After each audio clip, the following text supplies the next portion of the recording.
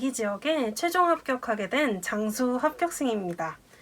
네, 먼저 간단하게 제 소개를 말씀드리고 저의 수험 생활에 대해서 요약을 한 다음에 각 과목별로 제가 어떻게 공부를 했는지를 말씀드리고 마지막에는 제가 가장 추천하는 공부 방법에 대해서도 말씀을 드려보도록 하겠습니다. 저는 먼저 장장 무려 5수를 올인을 해서 합격을 한 케이스이고요. 물론 중간중간 단기 알바 정도는 했었는데 일이라고 말할 것을 병행을 한 적은 없기 때문에 5수 동안 올인을 한 케이스라고 생각을 하시면 될 것 같습니다. 네, 되게 많이 길죠. 네, 그리고 이제 제가 5수를 한 만큼 저의 수험 생활에 있어서 전공 점수를 말씀을 드리면 초수에는 61점, 재수에는 65, 3수에는 57, 그리고 4수에는 71점, 그리고 제가 합격한 해에는 67점을 받았습니다. 3수까지는 1차를 합격한 적이 없고요. 4수에는 1차는 합격을 했지만 2차를 정말 많이 말아먹어서 네, 최타를 했었고요. 네, 그리고 5수에 이제 최종 합격을 했습니다. 그리고 이제 학교 같은 경우는 저는 중고등학교는 이제 해외에서 다니면서 졸업을 한 케이스인데요. 네, 그래서 해외 경험은 이제 비교적 좀 풍부한 편이라고 할 수 있는데 보시다시피 해외 경험을 했다고 해서 네, 단기간에 꼭 붙는 건 아니더라고요. 네, 제가 산 증인이기도 하고 이게 해외 경험이 있다고 해서 물론 당연히 유리한 부분도 있지만 무조건 이 시험에 100% 유리하다라고 하긴 좀 애매한 부분이 있는 것 같습니다. 그래서 해외 경험이 없어도 저는 충분히 공부로 커버를 할 수 있는 부분이라고 생각을 합니다. 그리고 대학교도 저는 사범대가 아니라 교직이수를 한 케이스입니다. 그리고 이번 영상에서는 이제 2차 내용은 다루지 않을 거고 교육학도 다루지 않고 딱 전공 1차에 관련된 내용에 대해서 말씀을 드릴 건데요. 일단은 뭐 1차 수기도 그렇고 특히 2차 수기 같은 경우는 제가 카페에 글로 이제 꼼꼼하게 수기를 작성을 했기 때문에 그런 글 수기를 참고해 주셔도 좋을 것 같습니다. 이게 5수 케이스가 많지 않기 때문에 카페에 제 수기를 찾는 거 별로 어렵지 않으실 거라고 생각합니다. 이제 본격적으로 각 과목별로 제가 어떻게 공부를 했는지 이제 말씀을 드리도록 하겠습니다. 먼저 첫 번째는 일반 영어인데요. 저는 초수 때부터 U팀 강의를 들었습니다. 초수 때는 당연히 2S2R 이제 종합반 강의를 들었는데요.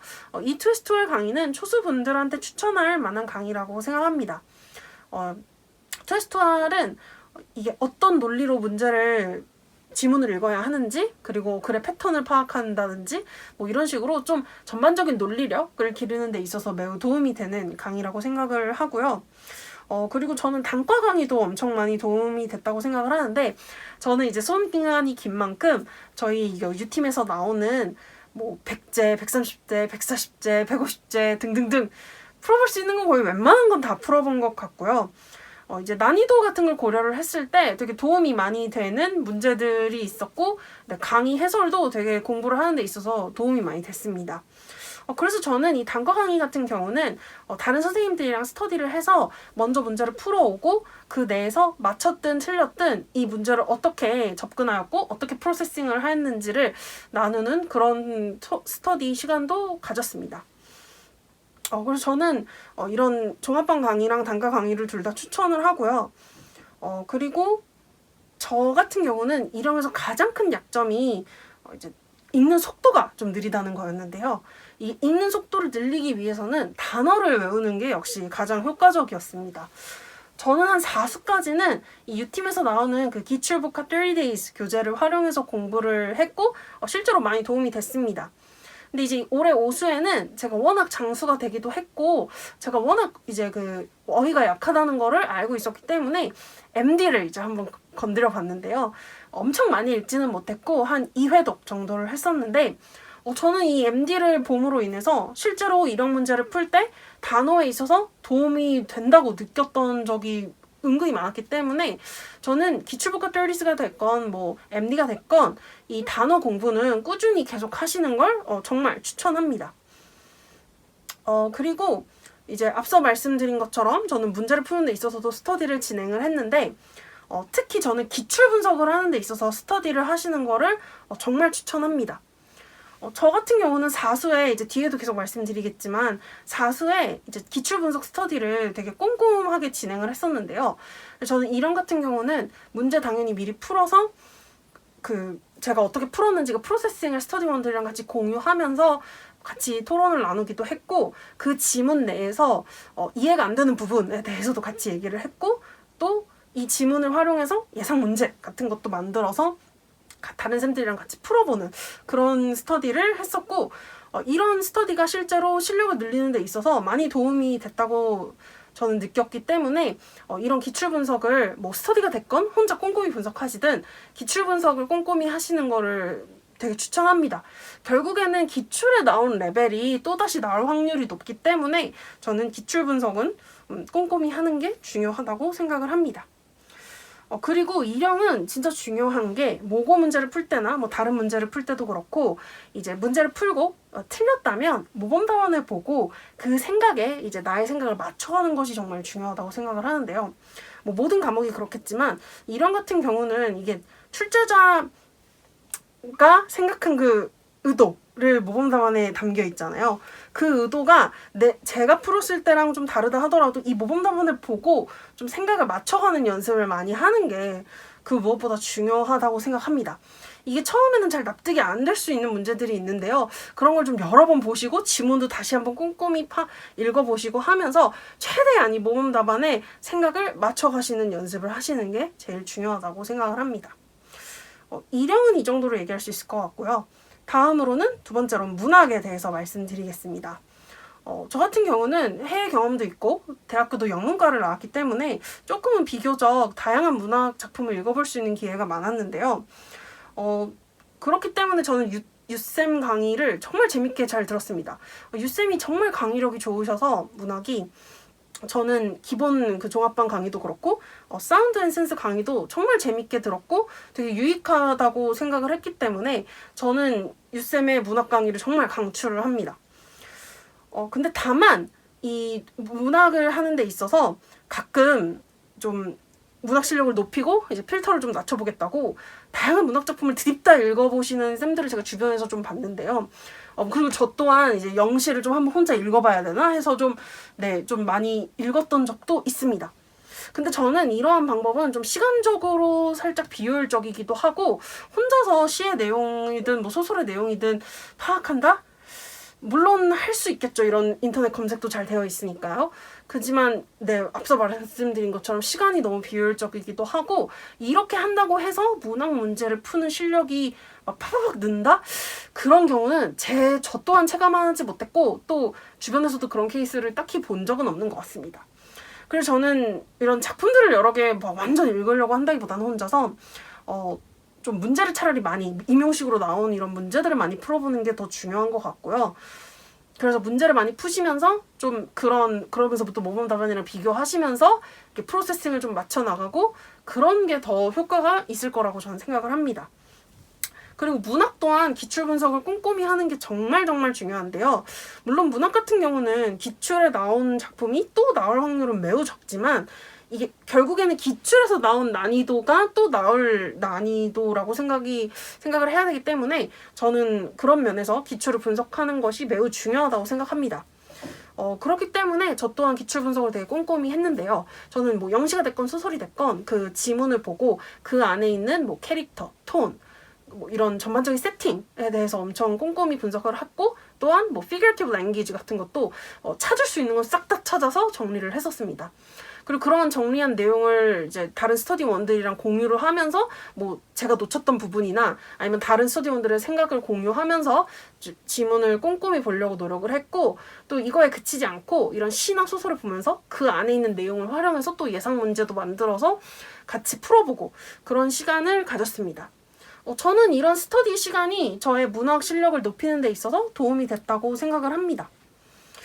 그리고 다음으로 이제 그 U팀 같은 경우는 모고 기준으로 문학 문제가 실제 기출보다 난이도가 좀 높게 나오는 편이라고 저는 생각을 하기 때문에 이게 유쌤의 어려운 문학 문제들로 좀 단련을 많이 하고 실제 시험 현장에 가시면 그래도 보다 더 좀 수월하다고 느끼시면서 풀 수 있을 거라고 저는 생각을 합니다. 문학은 일단 이 정도로 하겠고요. 이제 다음 세 번째로는 연교에 대해서 말하도록 하겠습니다. 연교 같은 경우는 저는 한 4수? 거의 4수까지는 빌드업 위주로 봤던 것 같습니다. 근데 이때 중요한 건 이제 이론이 전반적으로 정리되어 있는 1, 2만 본 게 아니라 저는 3, 4까지 다 꼼꼼하게 보면서 좀 전체를 아우러서 내용을 정리하려고 했는데요. 1, 2 당연히 꼼꼼히 정리했고 3 같은 경우는 이제 기출을 모아놓은 책인데 이게 뒤에 보시면 글로서리처럼 이제 그 각 기출에 나온 키텀들만 모아놓은 리스트가 있습니다. 제가 본 빌드업에는 그게 있었는데요. 저는 그 뒷부분을 펼쳐놓고 물론 문제를 다 푼 다음에 그 뒤에를 다 펼쳐놓고 그냥 무식하게 다 베꼈습니다. 그 부분을. 그래서 저는 그거를 그냥 싹 다 베끼면서 기출에 이러한 키텀들이 계속 나왔고 이러한 키텀이 반복돼서 나왔구나 라는 거를 좀 한번 머릿속에 그려볼 수 있었던 시간이었던 것 같습니다. 그래서 저는 그 뒤에 그로서리 파트를 보시는 걸 되게 추천을 하고요. 그리고 이제 빌드업 4 같은 경우는 역대 모고를 모아놓은 책인데 그 안에도 1, 2, 3에 나오지 않은 새로운 개념들이 등장하는 경우가 있기 때문에 저는 4까지 다 한번 훑으시면서 내용을 정리하는 게 중요하다고 생각을 합니다. 제가 이걸 초수 때 한 10월 되게 늦게 했는데요. 이거를 좀 한번 싹 해놓고 나니까 되게 그 다음부터는 연교가 좀 수월해지기는 했습니다. 그리고 또 이제 저는 되게 기출 분석 스터디의 신봉자이기 때문에 연교 또한 기출 분석 스터디를 통해서 기출을 꼼꼼히 분석하는 것이 정말 중요하다고 생각하는데요. 이게 연교 같은 경우는 키텀이 워낙 많이 나오기도 하고 결국에는 이 기출에 나온 키텀들이 나중에 반복돼서 나오는 경우가 많기 때문에 기출을 분석하는 것이 정말 중요한 과목인데요. 그래서 저는 이제 다른 스터디 쌤들이랑 함께 스터디를 하면서 문제를 미리 풀어오고 객관식도 되게 많이 풀었습니다. 저는 옛날 연도들 것까지 많이 보려고 노력을 했고요. 근데 최소 한 2010년에서 11년까지는 보시는 게 좋을 것 같고요. 그래서 그렇게 기출을 보면서 당연히 문제도 다 풀어봤고 그러면서 오답 체크도 했고 그거에 그치는 게 아니라 각 지문 내에 있는 모든 키텀을 뽑아서 정리를 했고요. 그러면서 모든 키텀을 좀 정리를 하는데 많이 포커스를 뒀던 것 같습니다. 그래서 이러한 정리한 내용을 다른 쌤들이랑 공유를 하면서 제가 놓쳤던 부분이나 이런 거에 대해서도 체크를 해볼 수 있었고요. 그리고 이제 연교 같은 경우는 대표 원서가 PLLT랑 TBP 정도가 있을 텐데요. 저는 이 두 원서를 거의 한 4수까지는 솔직히 말하면 조금 대충 봤습니다. 보더라도 조금 발췌독을 해서 봤고 이렇게 전체를 아울러서 본 적은 딱히 없었는데요. 이게 5수가 됐을 때는 좀 워낙 장수가 됐다 보니까 올해는 한번 원서를 읽어보자 해가지고 PLLT랑 TBP를 둘 다 꼼꼼하게 좀 처음부터 끝까지 읽으면서 내용을 정리를 하려고 했습니다. 그래서 저는 이게 나쁘지 않았고 되게 도움이 되는 부분도 있었고 다시 한번 연교 내용을 한번 훑으면서 정리해 볼 수 있다는 면에서는 되게 도움이 됐습니다. 근데 시간이 너무 없다면 무조건 이 잡듯이 읽어야 된다? 이거는 조금 애매한 점이 있을 것 같습니다. 일단은 빌드업 1부터 4까지를 먼저 보시면서 거기에 있는 내용을 먼저 정리하시는 거를 저는 조금 더 추천을 하고 싶고요. 어찌됐건 교수님이 가장 중요한 내용을 좀 핵심으로 압축해서 한국어와 함께 섞어서 교재를 만드신 거기 때문에 저는 빌드업 1부터 4까지 좀 꼼꼼하게 보시는 걸 조금 더 추천을 하는 편이고요. 물론 원서를 읽어서 당연히 나쁠 건 없고 좋습니다. 특히 TBP 같은 경우는 읽어보시면 또 좋을 것 같고요.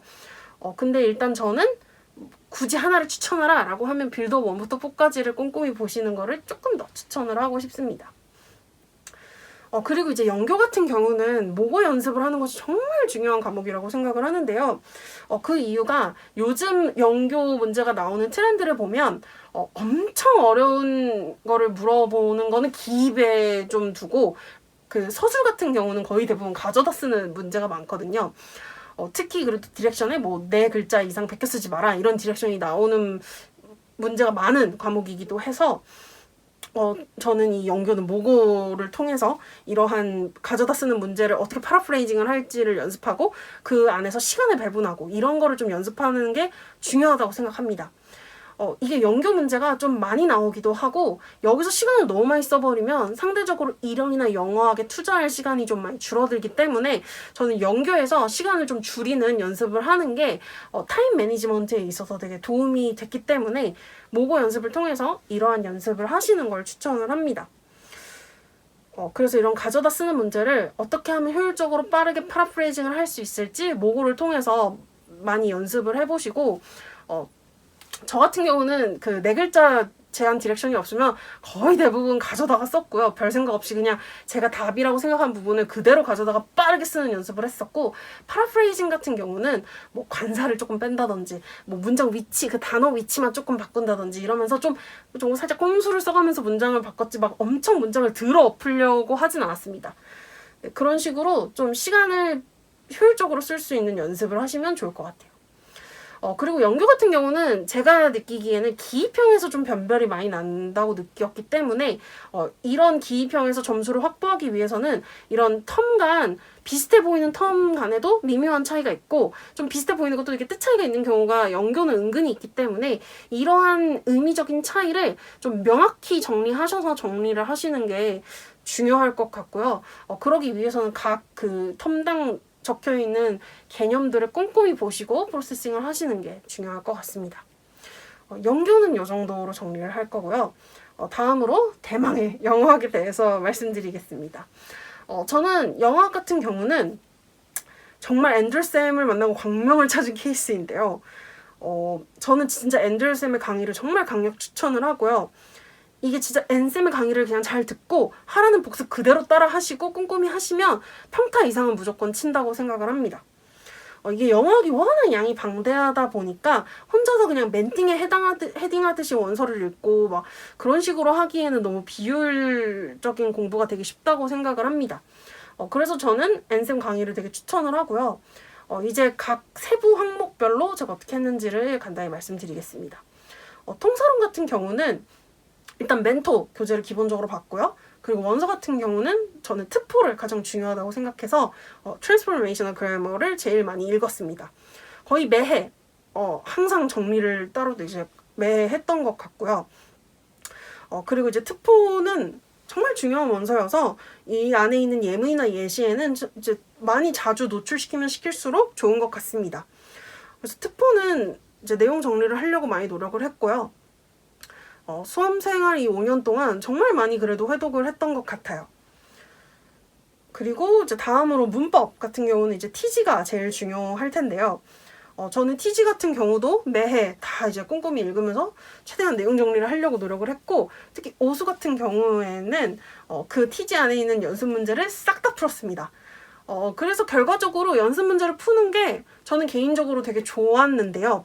왜냐면 어찌됐건 연습 문제는 그 챕터 안에 있는 내용을 좀 요약할 수 있는 느낌의 문제들을 내기도 하고 또 그 안에서 조금 헷갈릴 수 있을 만한 포인트들을 잡아서 내주기 때문에 그 문제를 품으로 인해서 이 챕터에서 내가 아직은 이 부분이 조금 덜 이해가 됐고 내가 이 부분은 아직 덜 암기가 됐구나 라는 거를 좀 파악할 수 있어서 저는 연습 문제를 푸는 게 되게 좋았습니다.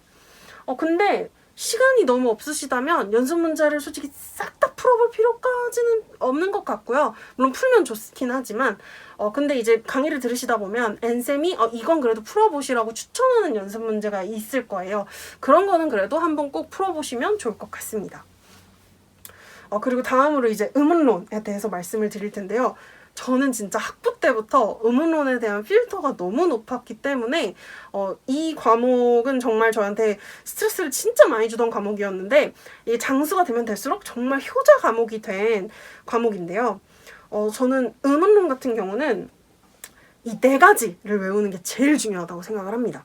그 4가지는 일단 consonant chart, 그리고 vowel chart, 그리고 natural class, distinctive feature 이렇게 4가지를 그냥 달달달달 외우셔야 하고 그냥 툭 치면 롤롤 이러고 나올 수 있을 정도로 진짜 그냥 내재화가 되어 있어야 한다고 생각을 합니다.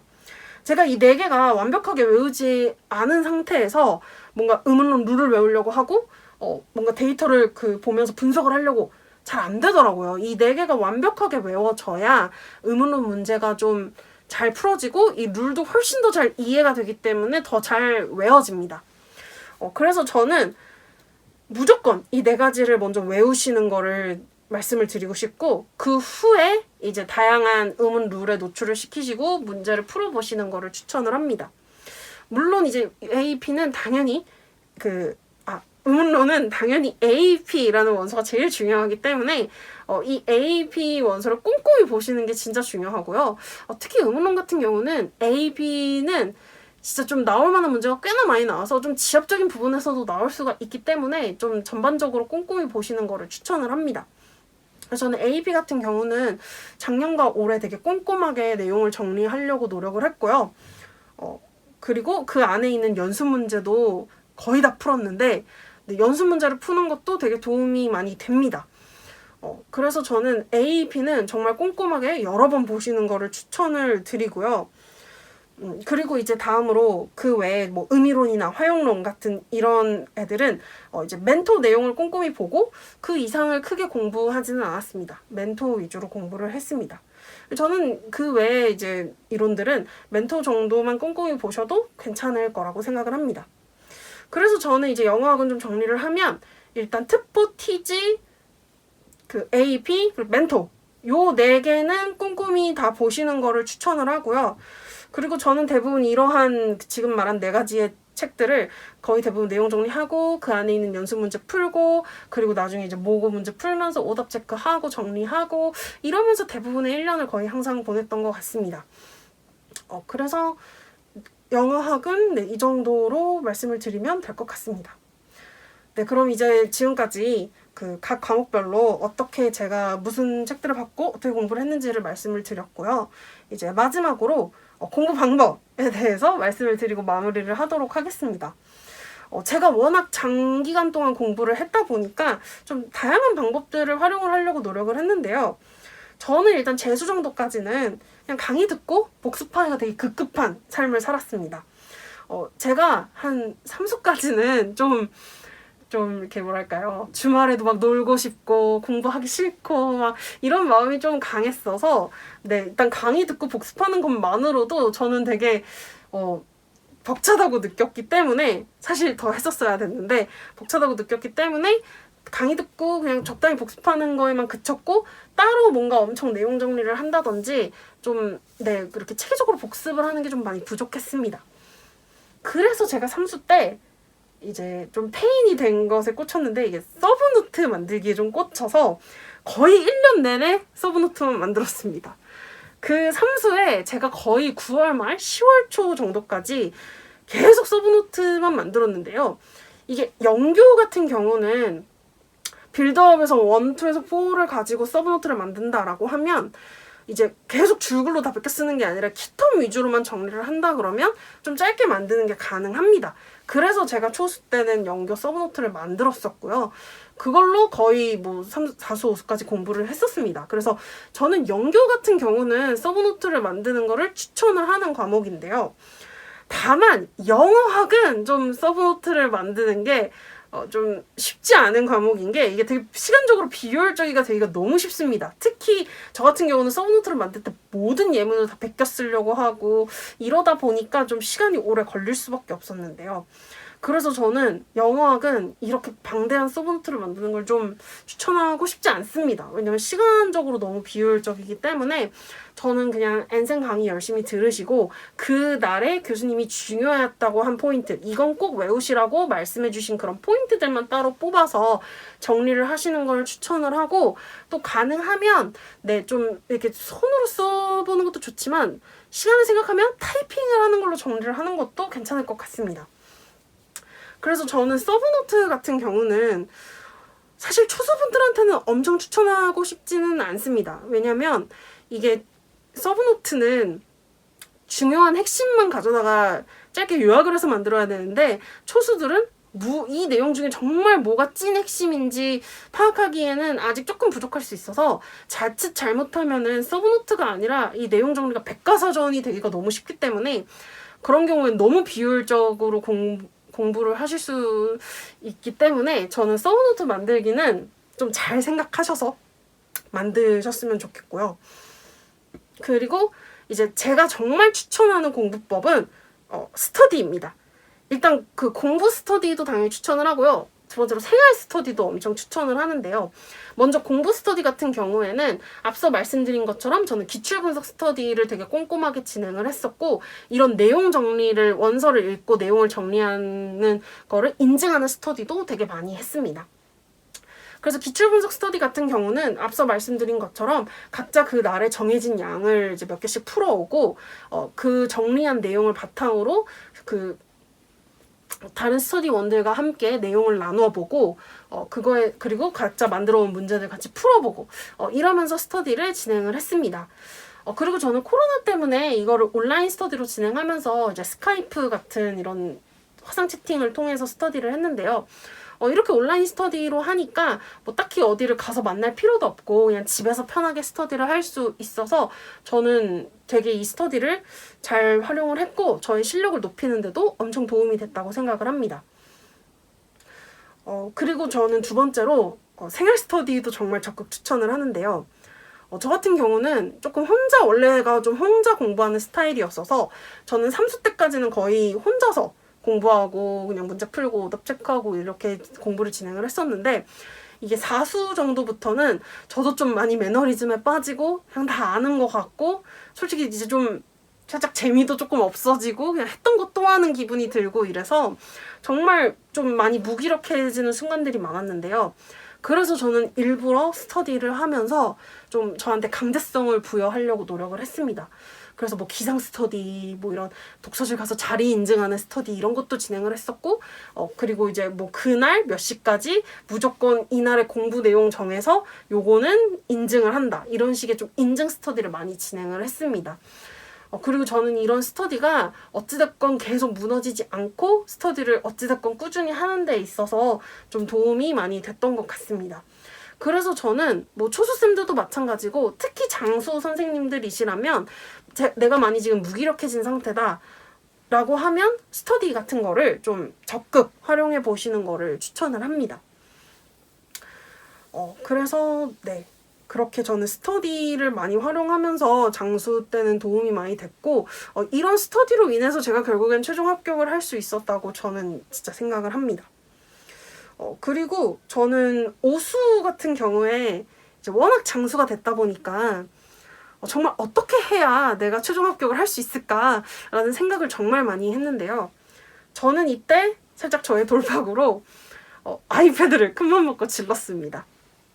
근데 저는 이 아이패드를 활용한 것이 정말 저의 공부에 있어서 신의 한 수가 됐다고 생각을 하는데요.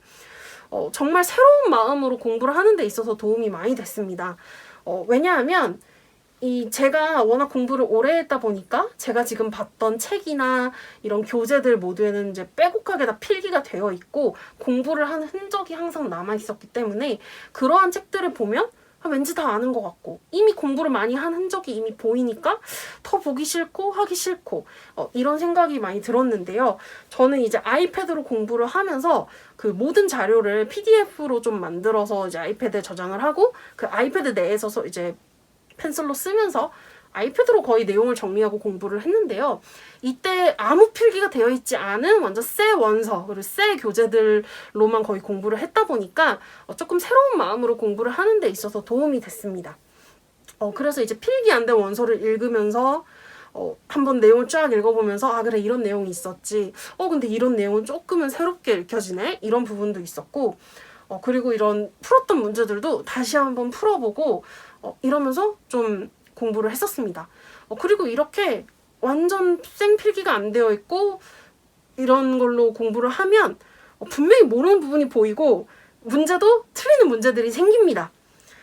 그래서 그러한 부분들을 보면서 내가 아직 모르는 부분이 있구나. 내가 아직 공부가 부족한 부분이 있구나. 이러면서 조금 그 매너리즘에 빠지지 않고 공부를 어떻게든 이어갈 수 있었던 것 같습니다. 그래서 저는 제가 이렇게 길게 공부하면서 느낀 점은 아이패드를 사라는 내용보다는 이게 장수가 되면 될수록 뭔가 더 새로운 거를 봐야 될 것 같고 좀 지엽적인 것까지 파고들어서 봐야 될 것 같고 그런 생각들이 되게 들기 마련이고 저 또한 그런 생각이 한 4수 정도부터는 들어서 좀 새로운 내용을 보려고도 시도했던 적이 꽤 있었습니다.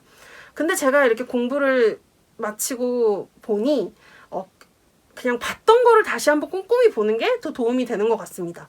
그래서 이런 메이저 원서들, 제가 뭐 초수나 재수 때 봤던 그런 교재들을 다시 한번 꼼꼼히 보시는 걸 추천하고, 저는 이거를 볼 때 새로 보는 데 있어서 아이패드로 공부를 하는 것이 효과가 있었습니다. 그리고 이제 정말 마지막으로는 멘탈 관리 정도에 대해서 말씀을 드리고 싶은데요.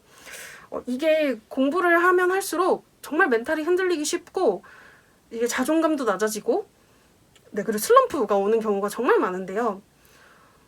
이게 정말 극복하는 게 쉽지 않다는 건 저도 알지만, 이게 길어지지 않는 게 정말 중요한 것 같습니다. 그래서 일단 공부적으로는 좀 강제성을 부여해서 스터디를 하는 것도 정말 좋은 방법이고요. 그리고 정말 힘들다면 과감하게 쉬는 것도 저는 좋은 전략이라고 감히 말씀드리고 싶습니다. 저 같은 경우도 당연히 공부 시간이 이렇게 길어지다 보니 좀 많이 무기력해지기도 하고 정말 너무 하기 싫은 순간들이 많았는데요. 저는 그럴 때마다 당연히 스터디를 부여해서 좀 강제로 하는 부분을 냅두면서도 좀 짬짬이 딴짓도 많이 하고 쉬는 시간도 많이 가졌습니다. 그래서 저는 뭐 드라마를 좀 본다든지, 뭐 웹툰을 읽는다든지, 뭐 유튜브를 좀 본다든지 이러면서 그냥 공부를 하는 중간중간 저 혼자서 좀 셀프 힐링을 하고 좀 살짝 현실 도피를 좀 할 수 있는 그런 시간들을 꽤나 많이 가졌습니다. 물론 이런 시간들을 막 며칠씩 가지면서 막 무기력으로 안 빠지려고는 노력을 했고요. 그냥 공부하는 중간중간 좀 딴짓을 많이 했다고 생각을 하시면 될 것 같은데요. 저는 정말 힘들다면 이렇게 쉬는 시간을 가지는 것도 나쁘지 않다고 생각합니다. 능사 그냥 공부를 뭐 10시간 드립다 집중해서 하는 것만이 무조건 길이라고는 생각하지 않고요. 물론 멘탈이 건강하시고 내가 지금 그럴 체력이 있고 의지가 있으면 당연히 그렇게 하시면 좋은데, 진짜 그럴 체력도 없고 지금 의지도 약하고 좀 멘탈이 많이 흔들린다 하시면 물론 최소량으로 꾸준히 하시는 건 가져가시되 쉬는 시간도 충분히 가지시는 게 결국에는 장기 레이스로 봤을 때는 나쁘지 않은 전략이라고 생각을 합니다. 물론 엄청 막 그냥 죄책감 없이 노시라는 말씀은 당연히 아니고요. 너무 멘탈이 무너지고 내 사이클이 무너지지 않을 정도로는 쉬시는 것도 나쁘지 않다는 말씀을 드리고 싶습니다. 그리고 이게 모고 시즌이 되면 시험이 얼마 남지 않았고 또 이게 뭐 일주일이나 2주에 한 번 정도 이렇게 점수로 나의 실력을 평가받는 그 시간이 있기 때문에 정말 예민해지기 쉬운데요. 이때 진짜 중요한 거는 남의 모고 점수와 나의 점수를 비교하지 않는 게 정말 중요한 것 같습니다. 이게 남의 점수랑 비교를 하다 보면 정말 멘탈이 롤러코스터를 타기가 너무 쉬운데요. 이게 남의 점수를 제가 컨트롤할 수 있는 게 아니잖아요. 그래서 남이 잘 보고 내가 그보다 못 봐. 이러면 진짜 멘탈이 무너지기가 쉽기 때문에 저는 남과의 비교보다는 나 자신과의 비교를 하시는 거를 말씀드리고 싶습니다. 작년에 혹은 뭐 저번 모고의 나와 비교를 하셔서 그 예전의 나를 이기는 데 집중을 하시는 게 멘탈에 있어서도 더 도움이 될 것 같습니다. 그리고 일단 자기 자신에 대해서 믿음을 계속 가지고 힘들어도 할 수 있다, 할 수 있다를 되뇌이시면서 꾸준히 하시는 게 제일 중요한 것 같고요. 정말 제가 지금 이렇게 길게 공부했음에도 결국에는 합격을 한 것처럼 쌤들도 뭐 초수시건 장수시건 무조건 하실 수 있으니까 믿음을 가지고 계속 꾸준히 하셨으면 좋겠습니다. 그리고 정말 실전에서는 진짜 정신을 바짝 차리고 끝까지 포기하지 않고 전투적으로 문제를 끝까지 푸시는 선생님들이 결국 좋은 결과를 받으시기 때문에 저는 끝까지 자기 자신을 믿으시고 달려나가시는 거를 추천을 합니다. 네, 일단 제가 준비한 내용은 이 정도고요. 네, 진짜 지금 몇 분이 나왔는지는 모르겠는데 정말 제가 오늘 말씀드린 내용 중에 선생님들한테 진짜 조금이라도 도움되는 내용이 있으면 정말 좋겠습니다. 네, 지금까지 진짜 들어주셔서 정말 감사하고요. 네, 진짜 선생님들 제가 정말 진심을 담아서 정말 응원합니다. 진짜 하실 수 있고요. 제가 진짜 응원합니다. 선생님들 화이팅입니다. 네, 지금까지 들어주셔서 감사합니다.